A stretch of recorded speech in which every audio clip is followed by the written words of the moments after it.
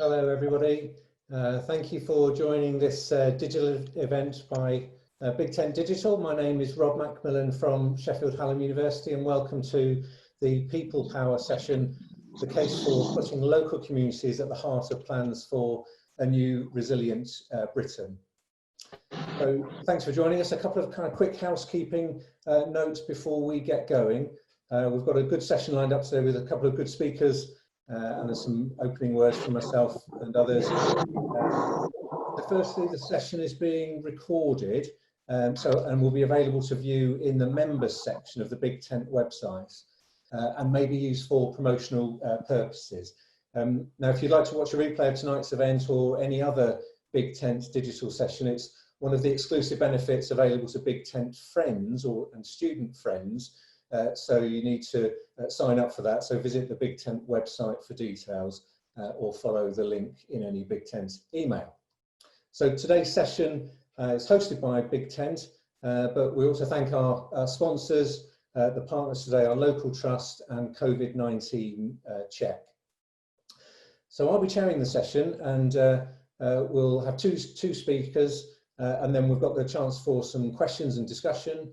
We've had a series of questions sent in already, so I'll select a couple of those, and depending on the timing, how that works, we may be able to ask further questions from people in the room as and when questions arise through the presentations. Please, can you stay muted unless you have a question, and I'll kind of invite you in if that's the case. We expect the event to last around about an hour. But we'll keep the room open afterwards, even though it won't be recorded afterwards, and we can continue informal discussion for a while afterwards. If there are internet glitches and it packs up, then we have an alternative chair that can step in to take over. So I'm going to hand over now to George Freeman, MP, who is going to say a few brief words to get us going. Over to you, George.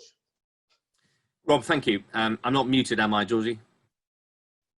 Great. Look, thank you. And thank you everybody for joining, and thank you to the team. When we set up the Big Tent, it was to try and create the sort of opposite of a stale party conference fringe meeting where you get locked into a room with really bad wine and bad speakers and you can't get out until the event's ended. The Big Tent is all about participative, engaging, insurgent, radical conversation that is not tribal and partisan, but creates thus the space for people to really be really bold. And taking that from an event where we would have been 2,000 of us in Manchester to do it digitally is really tough. But please don't feel you have to use this format to go back to being client consumers of ideas. This is about everybody engaging. If we only had one event, this would have been the one I would have lobbied hard for, because at the heart of the Big Tent is a deep commitment that the old politics, the old siloed tribal Westminster machine is reducing the voice of the people in the places that they really love, and the magic of what people in places will do to enhance their own well-being, to support their neighbours, to support their communities, and to do so many of the things that government rightly tries to do. And the big idea at the heart of this big debate is that people will do things, all of us will do things better, more, for the people and the places that we love than any government could possibly do. And in a way, here's the magic, in a way that in the doing of it reduces the very problem that needs to be solved, the loneliness, the isolation, the lack of, the feeling of powerlessness. It's a beautiful thing that by mobilizing civil society, you not only get the job done better than a pure government bureaucratic approach would do, but you actually help to deepen the ties that bind us in a really beautiful way. And I think it's worth just starting with that big idea. It doesn't get articulated often enough. And I want to talk tonight, just in the opening remarks, about three things. One, the opportunity of this post-COVID moment to really take it as a catalyst for deep engagement of civil society and to move this debate on. I want to flag some of the risks of traditional government approaches that have failed and give you three thoughts on how we might put it at the heart of a really bold recovery, renewal, renaissance agenda. So the opportunity, you don't need me to tell you this really, we've all seen it, an amazing experience in the last few months where a global emergency grinding to the halt of the national economy government has had to rely on local communities, and boy, have they rallied. I mean, quite extraordinary. In neighbourhoods, in streets. In my own street, we all as London commuters used to walk past each other. Now we all know each other. We literally all know each other, and things are happening in the street that weren't. But in my own constituency of Norfolk, incredible mobilisation of civil society. It is actually the street-by-street volunteers organised by community neighbourhood groups, helped by government. And I'm not making a case that government doesn't have a role here at all, helped by government, but led actually by those local groups, have achieved extraordinary things, really extraordinary things. And the moment, the opportunity I want to suggest is to harness that in a post-COVID settlement. Risks, what are the dangers? Well, I want to suggest three. Firstly, that if it just sticks at that level, it becomes a sort of big society exhortation. And one of the reasons that David Cameron's well-intended big society call, I think, didn't work really is that it was an exhortation to do what the people who are interested were already doing. And it didn't really have a mechanism for rewarding and incentivizing and helping people do more of it. Second risk is government does its usual thing of thinking it's all about giving a bit of money to existing organizations. It's a very deep tendency in government to, you know, something must be done, let's announce a package of money, a job done. And third risk, I think, is that even if there's action, even if there is a proper commitment to really embolden and strengthen civil society, government tends naturally to think of civil society supporting government's own bureaucratic objectives, even good objectives, but it thinks of civil society as a secondary supporter of the big gorilla, which is government. And I think in those three risks are the germs of a better approach. So I just close, three thoughts on how we might really make this a bold moment for something different. Firstly, place. People have experienced this disease in places, and we're unlocking economies by place.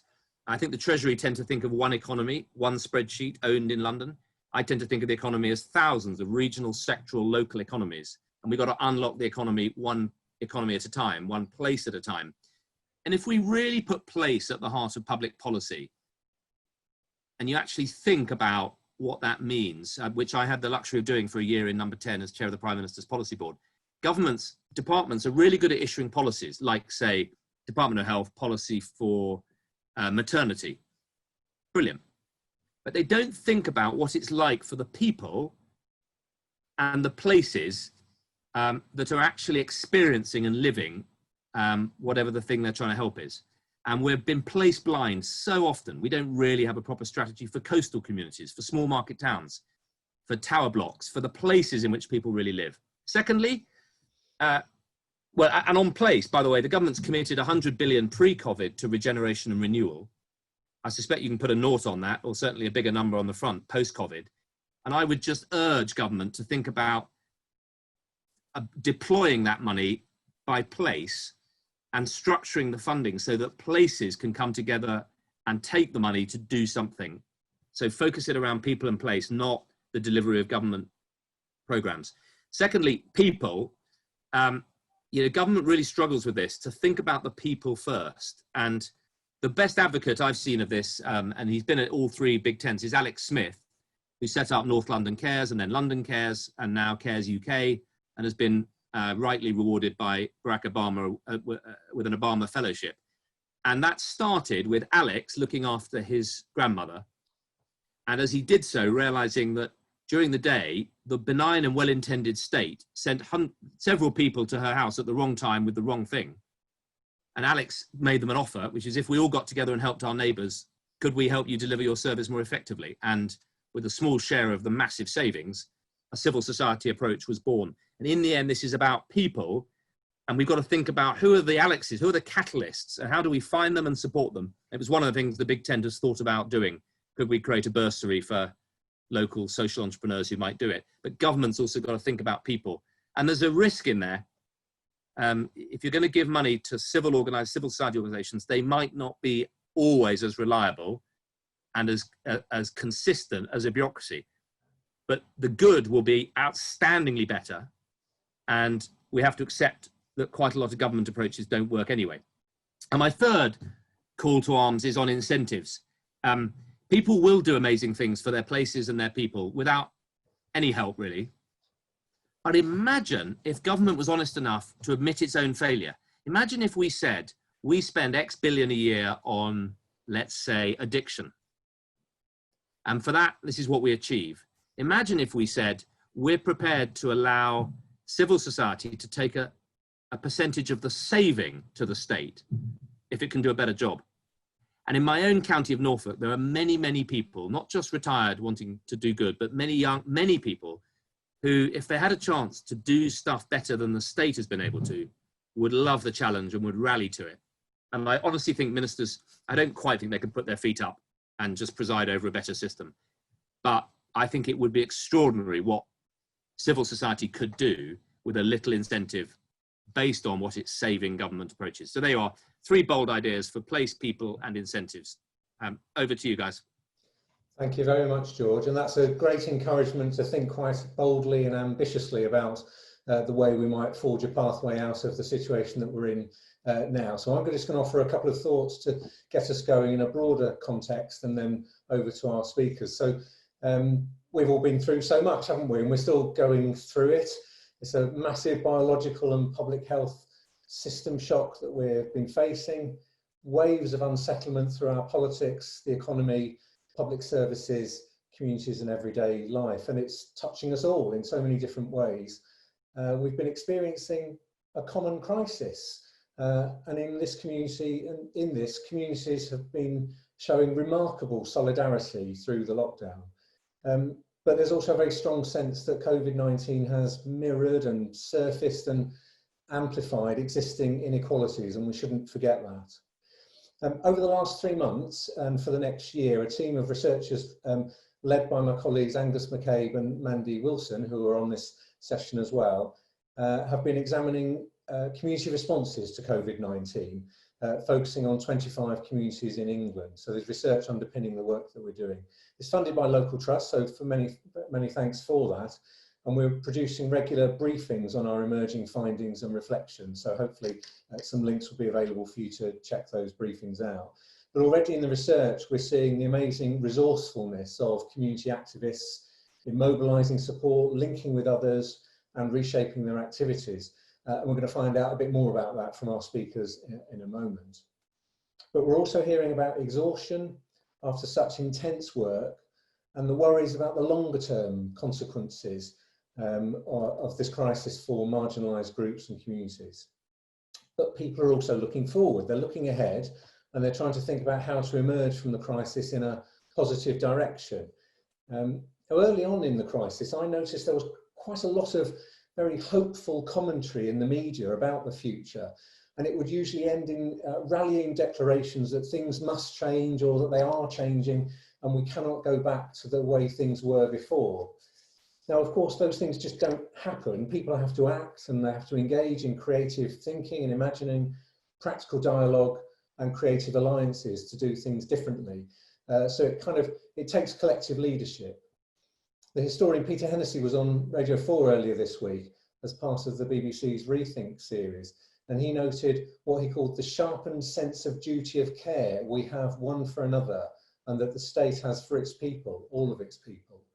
Now, he offered the prospect of a new beverage, what he called a new post-corona banner that we can all rally round. But there's an ongoing tension here, and maybe we'll explore this in the discussion, as always, between the push on the one hand to think differently and create a different socio-economic pathway out of the crisis to kind of build back better, as it were, but on the other hand, a pressure to get things back to normal as quickly as possible, to get back to business as usual in terms of work, commuting, shopping, socialising, governing, etc. That tension is playing out right now in the complex and rapidly evolving relationship between the state and civil society, nationally and locally. In an article in The Conversation published yesterday, colleagues and I compared the current all hands on deck situation with the 1940s, and we refer to the current what we call a partnership of necessity between the state and voluntary action that follows a period of perhaps somewhat antagonistic relationships. The question now becomes what happens as that necessity subsides, particularly at neighbourhood and community level. Do we revert to how we were, how can we embed and build on the recognition that neighbourhood and community action has a vital role to play in how we can sustain and build stronger communities? So that's what we want to focus on this afternoon. So on that basis, let me introduce our two speakers. They're going to offer their perspectives for about 15 minutes each, and then we'll open it up for questions. So first we'll hear from Suzanne Halliwell, who's chair of the Whitley Bay Big Local, and then to Councillor Paul Smith, who is the Cabinet Member for Housing at Bristol City Council. So Suzanne, can I invite you to proceed, if that's okay? Hi, hello, hi. So I'm Suzanne Halliwell and I'm here representing Whitley Bay Big Local. And Whitley Bay was chosen as one of 150 big local areas. And we all got given £1 million. And really with quite a wide remit that actually to spend that money over a 10-year period and to spend it on the community according to what the community's needs were and wants were. So I'm going to tell you a little bit about our story, but I just wanted to start off with just two things that I saw in the news that really sort of resonated with me and about a bit of a picture of what's going on in Whitley Bay and why big locals were chosen in the first place. So one on BBC North East last night, they had a story about Outwood Academy, which is a school that's situated in a big local area called North Ormsby, and it was talking about the impact of COVID on that particular school. So 40 pupils had a relative that had actually died in that local area, and in a 2-mile radius of that school 70 people had died within a 2-mile radius. And I think it sort of demonstrated that there's a long way to go on levelling up, really, and that was one of the reasons why big locals were given that funding, was to allow communities to create their own answer to how you level up. So I thought that was interesting. And then the other thing that kind of resonated with me was Marcus Rashford and his story about how food poverty affected him as a child and how that's an ongoing issue. And you know, fortunately the government really took that on board and it committed to providing £120 million worth of funding for summer school meals. But those things are kind of connected to the story. I'm going to tell a little bit about what's happened with Whitley Bay. So for Whitley Bay, we are a coastal town in the North East, and like a lot of coastal towns went into decline sort of the late 1990s, and really it's only the last 2 years that we've seen some recovery. Actually, if we could get the first slide up, that'd be okay. Thank you.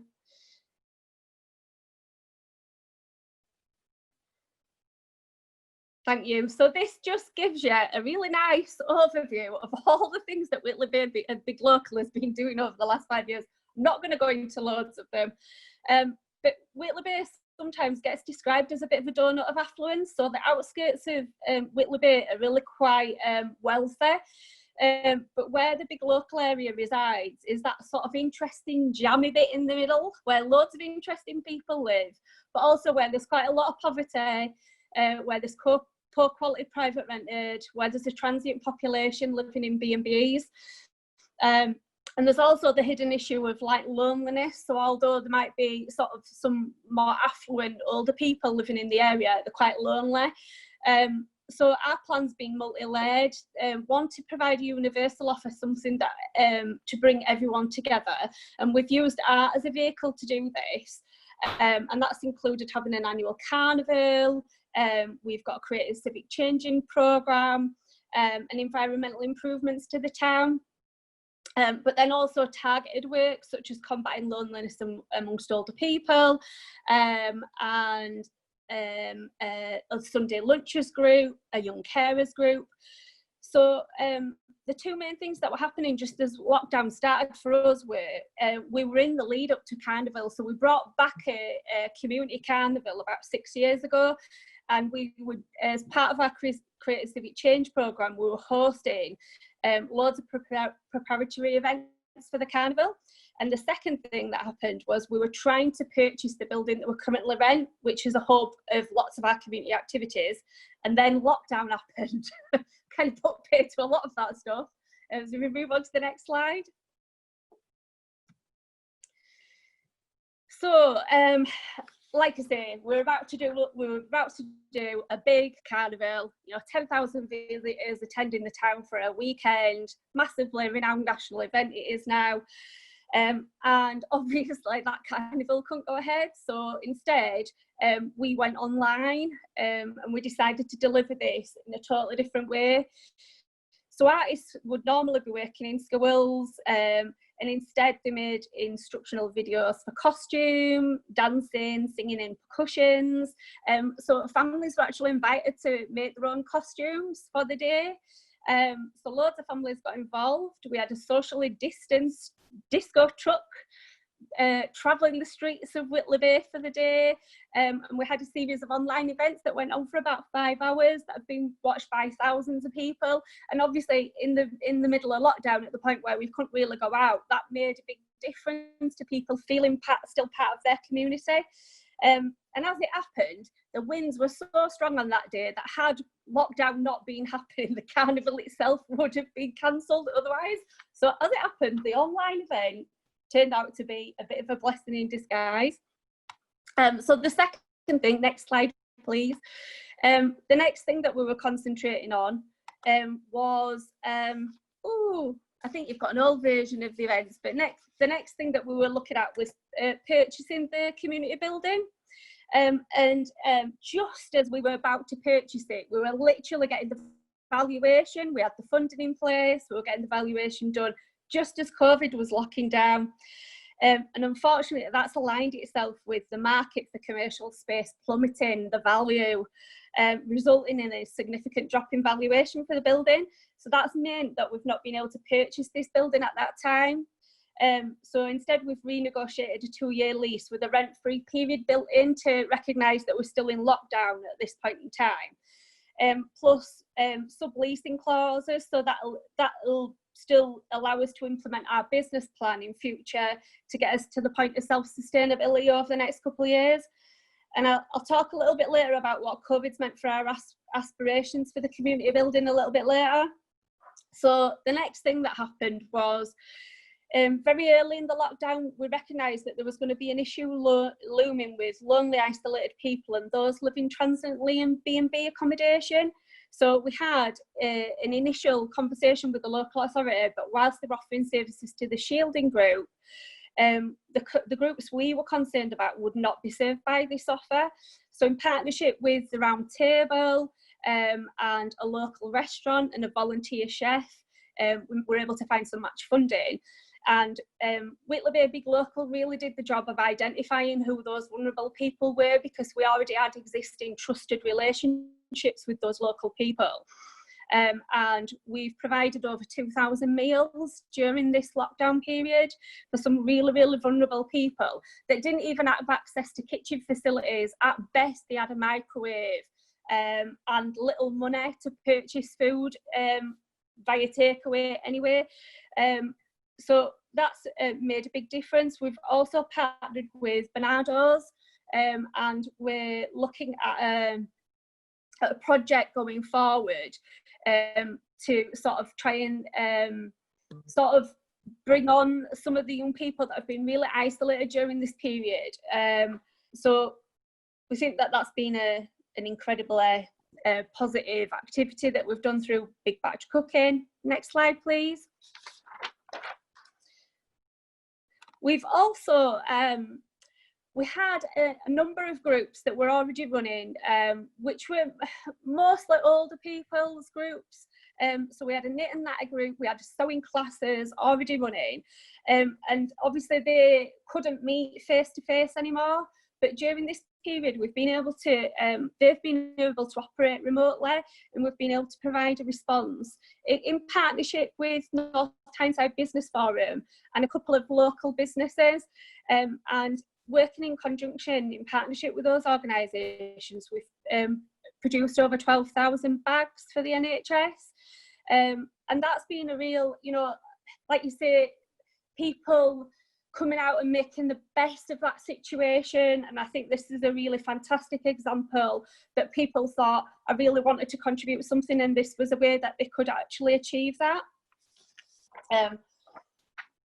So next slide, please. So we maintained a lot of the pre-lockdown activities, but did it in a new way. So we retained our regular sessions on Thursday, Friday mornings, but used technology.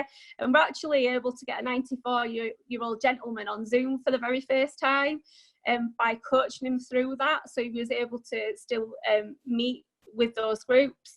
The knit and natter groups, we were able to deliver those online. For those who were online, we kept in touch with our service users on a regular basis over the phone, and we set up a number of different WhatsApp groups. And again, it's sort of making the most of our technology opportunities to keep in touch with people. So what have we learned through this period?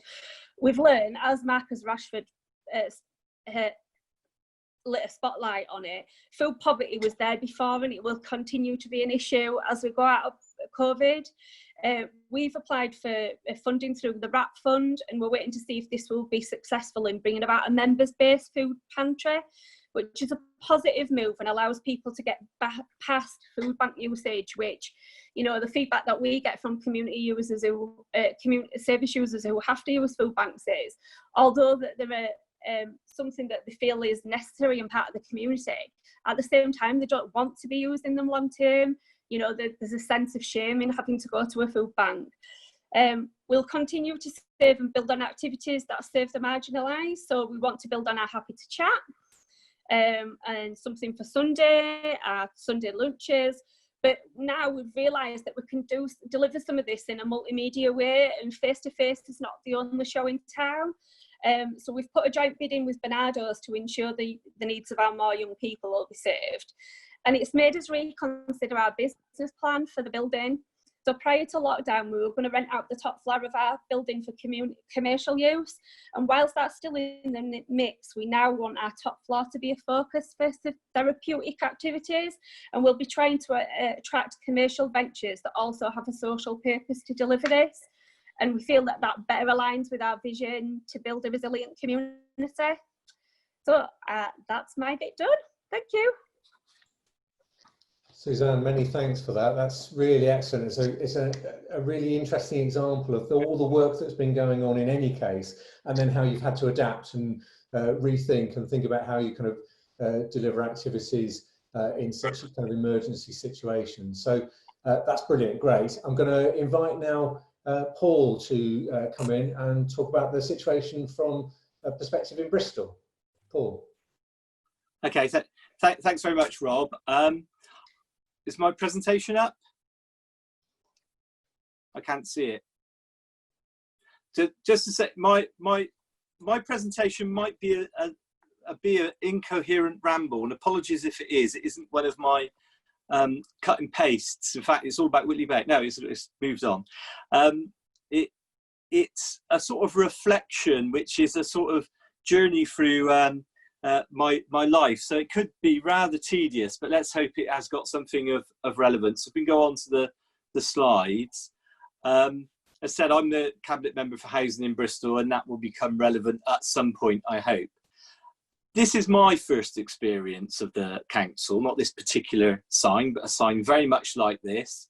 I grew up in a council flat, and outside the council flat was a large rectangular green piece of land, perfect size for playing football and other games. And this was the contribution that the council had made to that area. Of course, it made a great goalpost, and we could climb it and all sorts of other things. But I don't think my initial experience of the council was other than something that controlled everything in my local area, but not necessarily in a positive way. Next. This is Newcastle University Students' Union building. I went to university in Newcastle in the 1980s. In 1984, I became the president of the Students' Union. And imagine how surprised I was that I found out that every year we got over £500,000 from the university, from public funds, to fund whatever students wanted to do. We employed lots of people. We had this building, which in fact we owned. We had loads of bars and stuff in it. We had loads of, anybody could really set up a society to do whatever they liked. A massive amount of money going into those activities. In fact, I went and had a look at how much was their grant recently, and their most recent account showed it was over £2 million a year. No bidding, no competition with other student unions around the country to show that they were more in need than anywhere else, but £2 million straight up from the university, and then another £1.5 million earned through bookings and returns on bars and restaurants. So a £3.5 million annual budget. Next slide. And then I went from university back here. This is the estate I grew up on. You can see the house where I lived, but I won't bother boring you with it. But where was that? Where was that £500,000 a year to fund community facilities and activities? It wasn't there. There was a community centre which was funded through bar loans. There were other community organisations scrabbling around for bits of money, but nothing that was systemically funded year on year on year to such an amazing event. Just seemed to me an incredible reflection of society, one that still exists now, 40 years later, in that deprived areas like this, or areas that considered to be deprived, don't have that set resource coming in with no question. They often have to compete with each other. I've been through SRB, City Challenge, New Deal for Communities, inner area programme, but not big local. But next slide. And a lot of my career has yo-yo between working for housing associations and working sort of running charities. And one of the things that I noticed, firstly, that associations were talking a lot about being community anchors, but it's really interesting, they'd often talk about how difficult their finances were. Then I'd run a charity and find that I was scrabbling around for small amounts of money and managing the cash flow to make sure the organisation could cover its salary bill each month. Whereas when I worked for a housing association, I didn't have to bid for any money. It just came in. The rents came in every month, most of it as a block amount of money. No need to bother. Of course, the idea of housing associations being community anchors still exists, but it took a huge hit when the government introduced the rent reduction pot, and so a lot of associations say, "Oh, we're going to stick with the knitting and just do our maintenance and our management and our new developments." But still, housing associations make roughly a third of their rental income is profit. Now, it's profit that they reinvest in new build, but nonetheless, one of the things that I learned from this period was that one of the great ways to earn money is to be a landlord. So next slide. If I come to where we are in Bristol, like lots of places, has got an asset-based community development approach. Obviously, the biggest asset in any community is its people. Thinking about regeneration changed massively in my sort of 30 odd years of working, in that it used to be about a lot of investment going into the people, whereas now very often regeneration means knocking down some council housing, moving everybody who lives in that housing out of the area, and then building some really expensive flats, and has been completely devalued as a term, and something that we need to think about. But assets are also looking at a community and saying, well, where are the assets which can generate activity and focus for communities that want to move things forward? So next slide, please. So this is a building Ambition Lawrence Western run. It was community asset transfer. They're one of the big local projects. It was the youth centre. In fact, I was a youth worker once and worked there a few times. And and it's now their building, and they can, you know, scrape together a little bit of money from kids' parties and all those sorts of things. But buildings like this are never going to generate huge amounts of income. So one of the things that I was very keen of, both with Ambition Lawrence Weston and with other community organisations as well, is to look at them becoming residential landlords. That community-led housing development doesn't just have to be about a group of hippies in a village who want to set up a community land trust. It can be something owned very much in working class communities, actually owned by the community and generating an income for those communities. So next slide. So Ambition Lawrence Weston have got their own housing scheme that's going through the planning process at the moment. Not easy. The planning process doesn't really understand community-led housing, particularly in urban areas. A neighbouring estate has got a scheme for over 300 homes.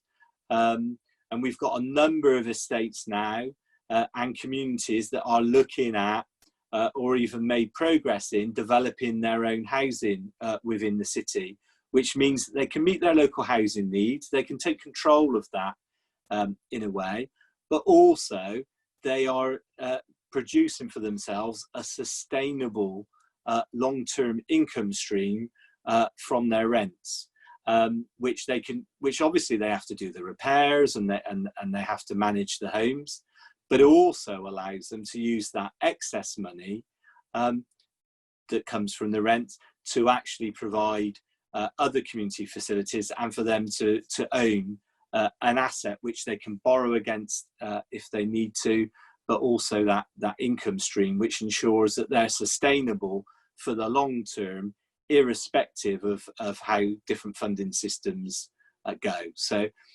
I hope that there has been some coherence in that, and maybe also a little bit of challenge, but I hope that that's been of some interest to the people who are here today on this very sweaty day. Thank you. Thank you very much, Paul. Yes, I hope we're not all kind of just wilting in the heat, but two really interesting kind of presentations to kind of stimulate our thoughts.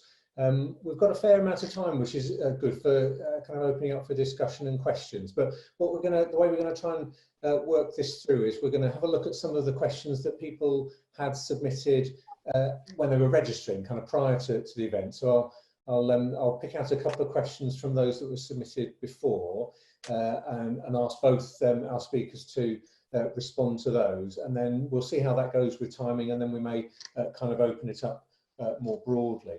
The first one I'm going to go to actually comes from local trust, but it's the reason I'm going for this one is because it's a broader question that hits us in our moment in terms of the relationships that are existing between community activity, community organisations and government, local authorities as well as central government.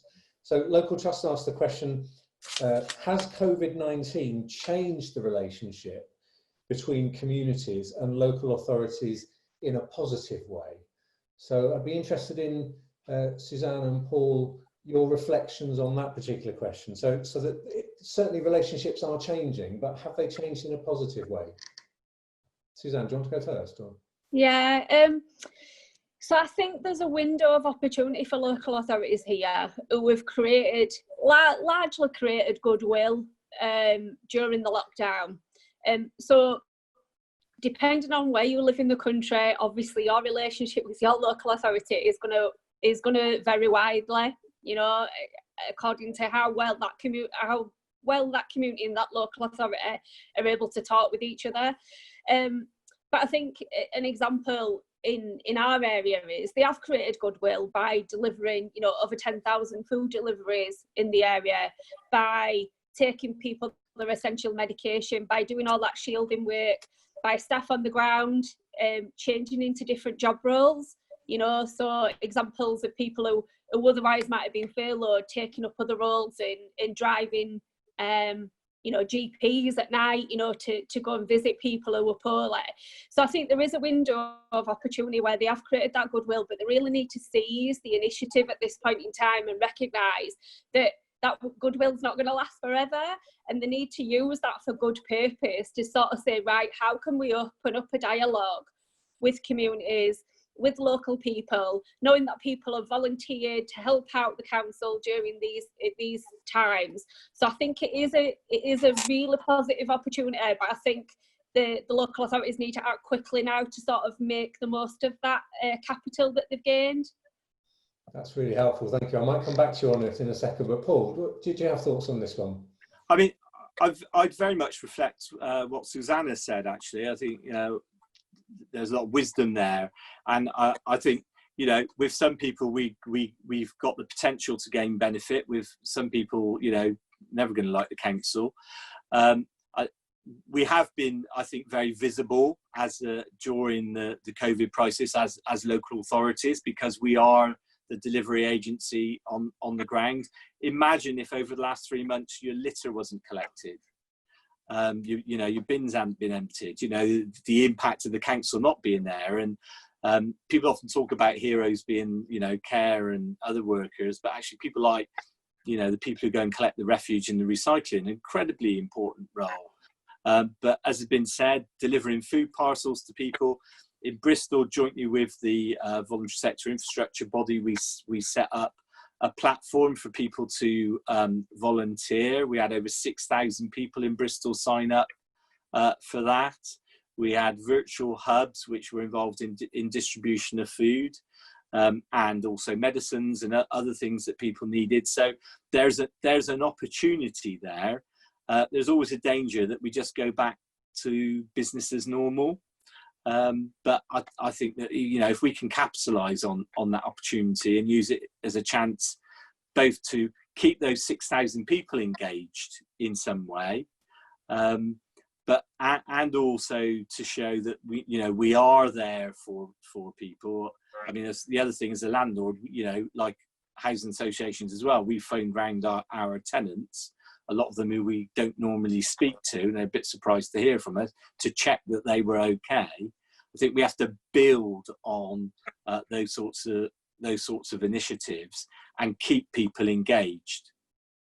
That's really interesting. There's a sense of the goodwill, the visibility, and the demands of the moment have created this kind of situation. But I want to come back to you both and ask you, how do you ensure what's needed to make sure that the local authorities' relationships don't revert back to business as usual, as Paula described?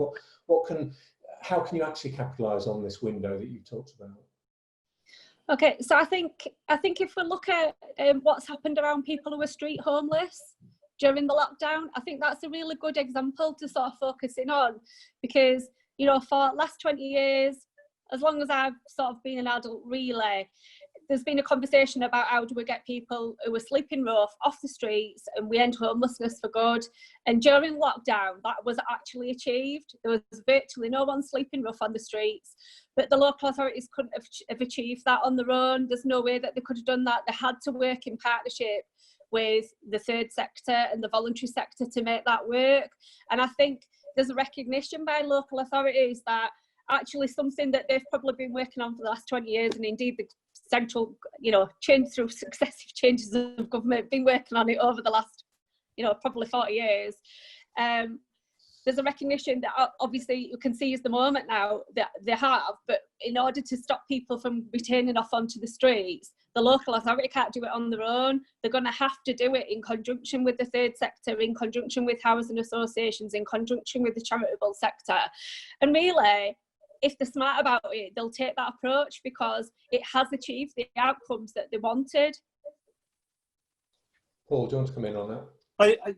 I mean, again, I don't disagree with anything that Suzanne said, but to add to it, there is, of course, the other situation is that, I mean, my local authority has now got an £80 million black hole in its budget. If post-COVID just means cutting services to death, then all the goodwill in the world will evaporate very quickly. And so, part of the issue is how we actually deal with, with government, we deal with the sort of the huge financial black hole that exists within the council, and also how we deal, how quickly we're able to turn around the economic changes that are coming. We've seen big increases in the number of people claiming universal credit. We've got in Bristol something like 80,000 people on furlough. I mean, it's how do we move from that situation with central government to ensure that, you know, the whole of the state doesn't collapse back into just trying to cut its services and be in a position where that goodwill dissipates, because people then see the local authority as the people wanting to close their library, or, you know, their parks, or cutting care services, seeing the homeless back on the streets, all those things. We do need, I think, a shift in the relationship between local and national government as well, so that we're working on this together. I mean, I think there's a huge opportunity for a sort of Green New Deal within the country, which could also, I think, engage quite a lot of excitement and involvement of residents and create a lot of jobs. It's a really important point. Just reflecting on some of the comments that are being made in the chat alongside your presentations, there is a bit of scepticism around the role of local authorities, as you might imagine, as you both kind of indicated in your presentations. And it's going to take me to the next question, which I'll kind of pitch it to you in its rhetorical fashion, and then you can go with it where you want to. So this is from Jeanette Towie, and Jeanette's asked me to read the question out, but can come in if there are kind of things that needed kind of clarifying about it. So it's about seizing the moment, in a way, about you know, the moment where communities have been so involved and working quite closely with local authorities. But how do we, what she says is, how do we open up community involvement when so many local councils are effectively run by a cabal of people only there for the allowances, the title and the power? Councillor Smith. Yeah, I think so. I'm just going out the back to count up all the gold I've collected today from the authority. I mean, a lot of people are cynical about local government, and they'll continue to be cynical. And I don't think there's a lot I can do about that. Local government is our professional bodies in the same ways that lots of other organisations are, and pay people professional salaries. I think at the end of the day, people will judge us on what we deliver, and so if we're poor at delivering our services, people will be more cynical about us. If we deliver services well and we listen to people and change our services in line with what people think, they might think better of us. But there will be some people who always think that we're terrible, and we just have to live with that. Suzanne, do you want to comment on that? Yeah, so I get some of the cynicism, and I guess when you hear a headline about a CEO of a council getting paid more than any, you know, more than the Prime Minister, more than any minister within government, I think it's easy to sort of feed into that cynicism. But there's only one CEO of any council, even if they are paid extremely well, and the vast majority of people that work in the council work on the front line. You know, they're the cleaners, they're the bin men, they're the repair staff, the contact centre staff, you know, and those staff are probably just about getting above the living wage as well. And I guess what I've sort of seen during COVID is a lot of them staff really stepping up. Some of them, you know, putting themselves on the front line, you know, in the face of COVID, actually still dealing with people face to face, you know, particularly when you think about people doing personal care, you know, social services staff, you know, on very basic wages. I think the idea that everybody works for the council is sort of there to make money. I think the majority of people, I think councils just reflect society.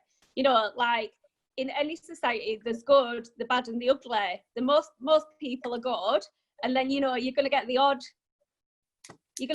bad council, and you're going to get the odd bad apple, aren't you? But that doesn't reflect how most people are. I don't know if that answers your question, yeah, but that's what I'm going to say. Yes, it does. Thank you very much, Suzanne. What it kind of links to is another question I wanted to go to, which is from. Can I just make a point now? The cynicism about councillors and the sort of attitude of people to people in politics. stops good people wanting to go in politics, because who wants to join a club where lots of people say you're all liars on the make? And so you get the politicians you deserve to a certain extent if you treat them with contempt. The only people who are going to do it are people who don't mind being treated with contempt. Thank you for that. It kind of links to a broader question about, obviously we've noted kind of, variation in people's views about local authorities, but also variation in local authorities. And we've talked about how the current crisis has changed things quite dramatically. And maybe there's been slower progress before in creating constructive and productive relationships between communities and local authorities. Sheila Reid has a question, and I'm going to kind of read it for Sheila. So years of research and effort thinking about community involvement, I'm imagining here, and how that can best work at neighbourhood level, what difference it can make. Years of research and effort, and yet changes are minimal or extremely slow in effect. Why is this? Suzanne, do you want to come in? Oh, gosh, that's a deep question, Sheila. That's a deep question. For me, I would say I don't think big isn't always better. I think, but at a local level, we often wait for the national response or regional response. It's almost like sometimes we're waiting somebody coming in from Whitehall on knight in shining armour and come in and save the day. And I've stopped thinking that way. I've stopped thinking that government's going to come in and solve all our problems for us. So, I think for us, what we've tried to do within Big Local is try to be our own rescuer, try to identify the problems that are going on in our neighbourhoods and try to address them and start to resolve it. And I'm not saying that we can be the whole response. That is not possible. It's got to be done as a partnership.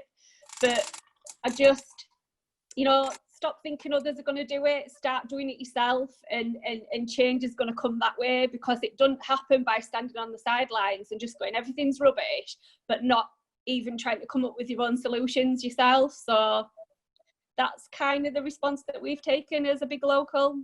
We're not waiting for other people to come in and rescue us, because it's not going to happen. Paul? Yeah. I find it massively frustrating myself. That inertia is built into the systems and processes of organisations, whether that's local government, whether it's housing associations, whether that's national government, in the sense that organisations have bureaucracies and systems. They have to have risk. They have to assess the risk of everything. I do remember I did a first stint as a councillor between 1988 and 1999, and part of the reason I left was because I thought local authorities were a really good way of stopping stuff happening. In that there are so many reasons why not to do stuff, and I think it's important that we try and change that culture. That we don't say, oh, we tried that before and it didn't work, or people won't want it. That you actually are prepared to try things. I also think that short-termism is built into both national and central government, which feeds into the point that points that I've heard Matt make before and others, is that if you're working to electoral cycles, then you have a problem that change does take longer than 3 or 4 years. That you actually have to be prepared to be in it for a longer term. And also to be prepared to start change that you might not see through yourself. So you have to build a momentum for it. That's great, thank you, Paul. Now we've focused quite a bit on local authorities here, so I wanted to kind of just shift our focus a little bit. I'm going to ask a further question that Local Trust has submitted, and then just as a quick warning to Michael Holland, who's raised a question, that I'll come to you, Michael, to ask your question, if that's okay. If you haven't got it to hand, I can read it for you. But Local Trust's question. So we're moving away a little bit from local authorities. So how do we maintain the surge of volunteering and the impressive level of community mobilisation that the crisis has generated? How do we maintain that post the pandemic? Actually, does government have a role in this? Suzanne? Yeah, so I do think government has got a role to play in this, and I think some of that role is funding, but actually I think there's some really practical steps that government could take. So I think they could develop resources for local community sector organisations who will try to use and train and upskill the volunteers so that you're not having to recreate everything from scratch.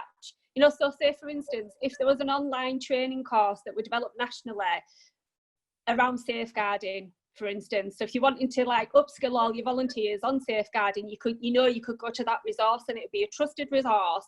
You're not having to go away, commission that training yourself, pay for it yourself. So I think a suite of online training resources would be really useful. Something like an online volunteer training academy. And this would also share best practice nationally. But also I think that they could do the same for volunteer coordinators. So the paid staff who are actually training up volunteers and looking after the volunteers, so that there is sort of some national standards. You know, so whether or not that's via an MVQ or a qualification, but also training resources, I think that would be a really positive step the government could take. Thank you, Suzanne. Paul? Yeah, I mean, I think transferring sort of meaningful control over things to local communities is really important in terms of keeping people engaged. All too often what happens is organisations get passed over a community centre which is dying on its knees, which needs loads of money spent on it, and basically it just saps the will of people, and that's why, for instance, I've looked at, you know, housing as being something that if you put into the hands of people, it's actually an income generating asset, but also, you know, more generally giving people genuine control over what goes on. I think also because over COVID, we developed our volunteering platform jointly with the local VCS. The VCS now has got this big pool of volunteers. Let's go back to them. If you don't contact people, they'll just say, oh, nobody's interested in me, and wander off. But if you can engage those people in something which they're interested in and they can make a meaningful contribution, then you'll keep those people involved. Right, thank you very much, Paul. So I'm going to go to Michael in a second, but just to note that we're coming towards 6:30, which is our time to formally finish. But hopefully the discussion's quite lively and is interesting and useful to people. So do stay on, and we can go over a little bit. At some point we'll stop the recording, but if we're happy to carry on, obviously people can leave as and when they choose. So Michael, do you want to ask your question? Yes. I've observed that the COVID, and as George said at the beginning, the COVID community spirit has been motivated to some extent by an awareness of genuine need that has overcome a natural cynicism to central government. My question is, devolving meaningful responsibility only properly works if you devolve power as well. Do you think central government is prepared to do that a bit more seriously now? So who wants to go first? I don't mind. I always ask you then, but you can wait if you like. I was going to say, I mean, we have got a problem in that we've got the most centralised state in the Western world. People talked about councillors before. We've got the lowest number of local politicians per capita of any European country. So there's a real issue about actually how much is devolved down. We've also got incredibly complex system where local government is different in each part of the country, and it's very difficult to understand what lies with whom. We've also, from local government, through combinations of nationalisation and privatisation, lots and lots of services have moved from local government either to national government or to the private sector. And so all of those issues need to be addressed. For local authorities to be able to devolve authority out to communities, they need authority devolved to them from central government. Now that might require some sort of change in the sort of really major structural change in the settlement between local government and national government. I mean, my experience, I've been involved on and off in local government for over 30 years, is that whatever the colour of the national government is, they tend to take more power into the centre. That tends to be what they want to do, even if they're people who've come from local governments and have said the exact opposite when they were in opposition. If you're going to devolve to local communities, you have to devolve the things that need to be devolved down to that local level in the first place. Absolutely, I agree. You know, it's a tendency of central government to centralise, and that's been going on for a long time. My question really is this COVID shock enough to change that settlement that you just mentioned? I mean, I think the jury's out. We're expecting a big speech from the Prime Minister on Sunday about housing and planning. And what most of us are expecting is that he's going to take more planning authority away from local councils. And, you know, the funding streams that come into housing go through Homes England, not in through local government. So there's a big opportunity for him to change that. On Sunday, I have to admit I'm not particularly optimistic. No, nor me. I mean, you know, the sort of devolution to Scotland and Wales, you know, the government may, for all I know, be regretting, and to the mayors in Liverpool and Manchester or wherever they are. But it needs to happen if some of these initiatives are to be grasped properly. Yeah, and I think it's an interesting one, isn't it? Because we're playing out a conversation that maybe we had about 15, 20 years ago about devolution. And of course, in the northeast, where I am, in the northeast, we voted against a devolved parliament, you know, and as did in Yorkshire, they voted against it. And I think it'd be interesting if they revisited those referendums now, what would be the result? Because I think people have sort of woke up to the fact, perhaps by seeing the examples of Wales and Scotland and Northern Ireland when they had their assembly, that actually you can make some really positive difference if you regionalise it, if you bring it down more locally, because then you're dealing with issues that are relevant to your area. I just feel like quite a lot of the legislation is very southeast centric, and it doesn't feel relevant to the northeast. I'll give you an example. Bedroom tax. When they brought bedroom tax in, it probably was totally relevant to if you were living in London and you were overcrowded, you know, redistribute the council housing according to like people who need it. But if you've got properties that are all 2-bed properties in the northeast and they're sitting there empty, what was the point of that legislation? So I think it needs to be a change in mindset about legislation, and that, you know, if it's not happening in London, it doesn't matter, because that's what it feels like. If you live in the northeast, that's what it feels like. It's what it feels like even if you live in London. Thank you very much. Okay, Suzanne. if you don't live in Westminster, then. Yeah. And thank you, Michael, as well. Now, formally speaking, I think we'll probably draw it to a close in a wrapping up sense, so that people can have permission to go if they wanted to. But as I said before, we will leave the room open and we can have a more of an informal conversation if people would like. I'm going to give Suzanne and Paul a little bit of a warning now. I'm just going to ask you to wrap up with a final thought to leave us with.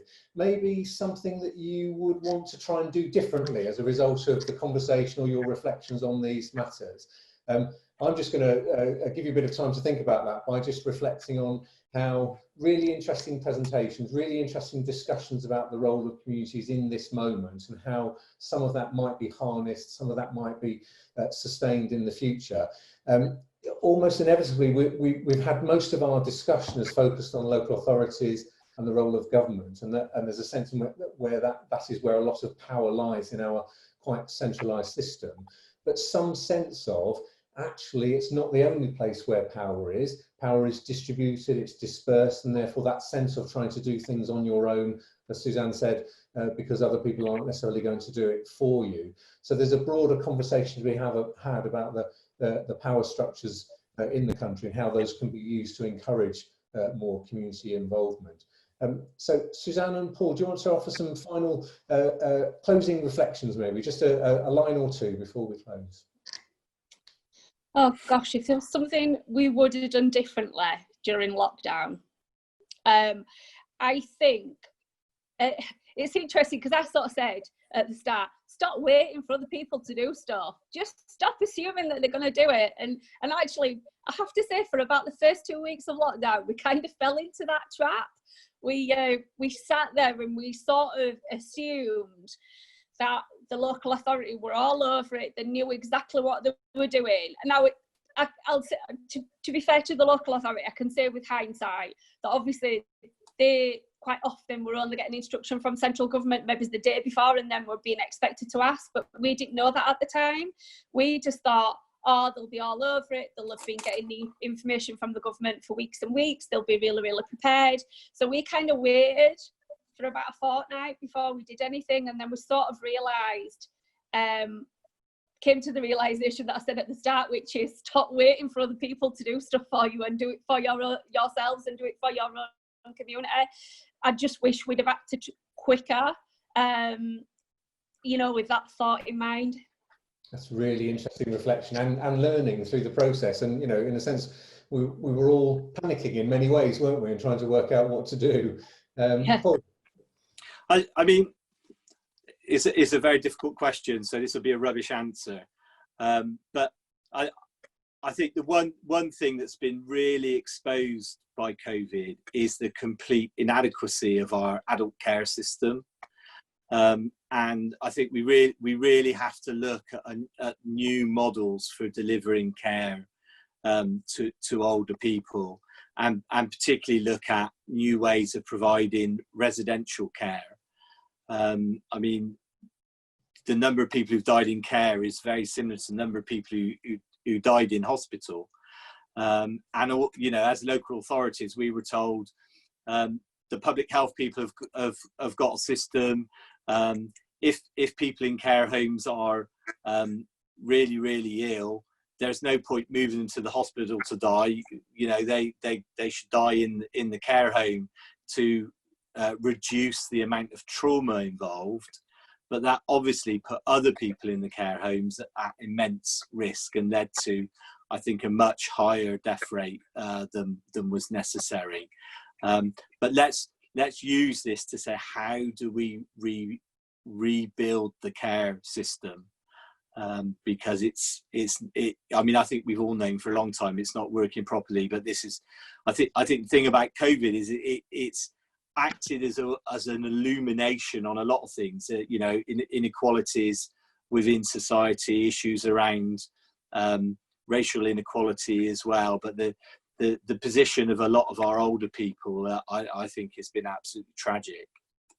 Thank you very much, Paul. It's a really sobering thought, and the crisis has highlighted some of the major vulnerabilities in the way we organise public services, the way we fund them, the way we think about them, and maybe social care has to become a central part of a new social settlement going forward.